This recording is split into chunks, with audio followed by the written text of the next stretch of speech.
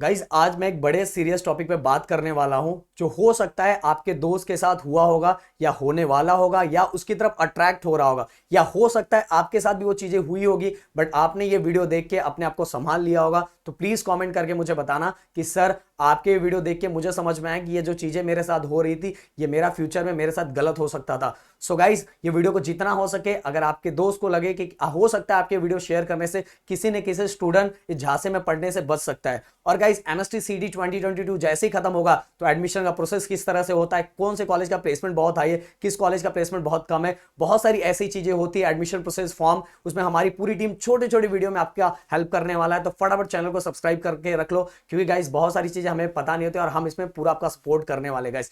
तो गाइज चलो स्टार्ट करते हैं। मैं एक एक चीजें बताता हूं, प्लीज गाइज पूरी फोकस से और एक एक चीजें सुनना। अगर आपके साथ ये हुआ होगा तो जरूर कमेंट करना। सो गाइज एक्सपोज नंबर 1, मैं यहां बताना चाहूंगा कि मैं सभी प्राइवेट कॉलेजेस की बात नहीं कर रहा हूं, कुछ प्राइवेट कॉलेजेस की बात कर रहा हूं जो प्राइवेट कॉलेजेस रहते सही नहीं है, अंदर से पूरी तरह खोखले रहते हैं पर बच्चों को इस तरह से अट्रैक्ट करते हैं कि बेचारे बच्चे 11th-12th में जाने के बाद वो चीजों को समझ नहीं पाते और उनके झांसे में फंस जाते हैं। फिर उनको कुछ सालों के बाद समझ में आता है यार बहुत बड़ा गड़बड़ हो गया। फिर वो घर पे भी कुछ नहीं बता पाते क्योंकि डरते हैं घर पे मैं बताऊंगा क्योंकि मैं इस कॉलेज को मैंने ही सिलेक्ट किया था, अगर मैं घर पे बताऊंगा तो घर वाले भी चिल्लाएंगे, इसलिए बेचारे घुटते रहते हैं और 4 साल के बाद उनकी लाइफ पूरी तरह से, उनका फ्यूचर पूरी तरह से बर्बाद हो चुका रहता है।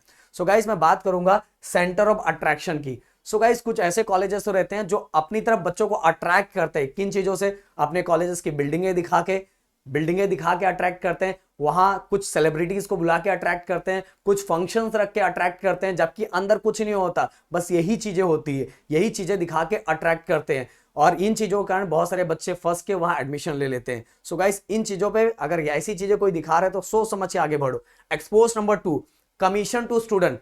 गाइज आपको पता नहीं है कि वहां पढ़ने वाला, क्योंकि हम ज्यादातर किन स्टूडेंट से पूछते हैं उस कॉलेज के बारे में, उन्हीं स्टूडेंट से पूछते हैं जो स्टूडेंट वहां पढ़ रहे हैं।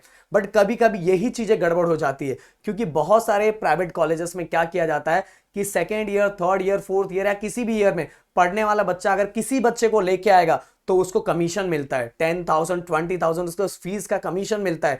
तो उस कॉलेज में पढ़ने वाला बच्चा भी कभी कभी आपको सही बात बताता ही नहीं है, वो गलत इंफॉर्मेशन देता है क्योंकि उसको क्या, उसको तो 10 लोग को लेके जाएगा तो उसको पर स्टूडेंट 10,000 मिलेगा तो 1 लाख उसको एक झटके में मिल जाएगा। बहुत सारे स्टूडेंट तो वहां यही काम करते हैं, अपनी पढ़ाई वढ़ाई छोड़ के वो हर जगह से स्टूडेंट लाने का काम करते हैं क्योंकि कॉलेज को तो एक ही बार एक स्टूडेंट का 10,000 देना पड़ता है ना, बाकी 4 साल तो मस्त मलाई खाता रहता है पर बेचारे इस बच्चे का फ्यूचर खराब हो जाता है। तो गाइज अगर कोई स्टूडेंट आपको इस तरह से, अगर कोई आपका दोस्त या कोई और भी आपको आके बहुत सारी बड़ी बड़ी बातें बता रहा है, बहुत अच्छी अच्छी चीजें बता रहा है, फिर भी उसको शक के नजर से देखो, अच्छे से वेरीफाई करो तो ही आगे बढ़ो।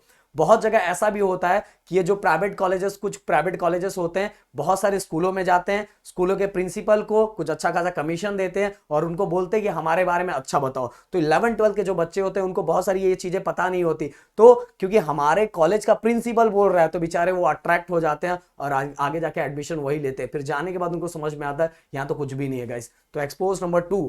Then guys expose number 3, placement का फुल गाइस हम लोग वेबसाइट पे सर्च करते हैं, फिर इसके बाद हम जाते हैं उस कॉलेजेस में मिलते हैं, वो बड़े बड़े बैनर्स, बड़े बड़े बोर्ड लगे रहते हैं जिसमें दिखा रहता है कि हमारे कॉलेज का प्लेसमेंट 40 लाख, 30 लाख, 10 लाख ऐसा रहता है। पर पता चलता है ना वहां जिसको 5 लाख का पैकेज भी मिला था वो खुद के दम पे ही मिला था, बेचारे ने खुद के दम पे जॉब ढूंढा और उसका भी फोटो वहां लगा के रखते हैं। तो गाइस ये जो प्लेसमेंट का गलत माहौल चल रहा है ना, ये चीजों खुद से पता लगाओ, खुद से समझो कि सच में ऐसा कुछ होता है क्या। सच में जो आपके एकदम नजदीक का हो, जो सच में आपको सच्चाई बता सकता है, उससे पता लगाओ कि सच में उस कॉलेज का प्लेसमेंट है कि नहीं। क्योंकि गाइस 12th के बाद हम जब कॉलेज सेलेक्ट करते हैं तो सबसे पहला हमारे दिमाग में यही चलता है कि 3 साल या 4 साल के बाद हमें क्या मिले, एक अच्छा खासा हमारा जो अच्छे खासे जगह पे प्लेसमेंट हो जाए और अच्छे खासे हमें अर्निंग हो। हमारा मेन मोटो यही रहता है बट कहीं कहीं ये झांसे में हम फंस जाते हैं सामने वाली चीजों को देख के, वेबसाइट में बड़ी बड़ी चीजें दी रहती है।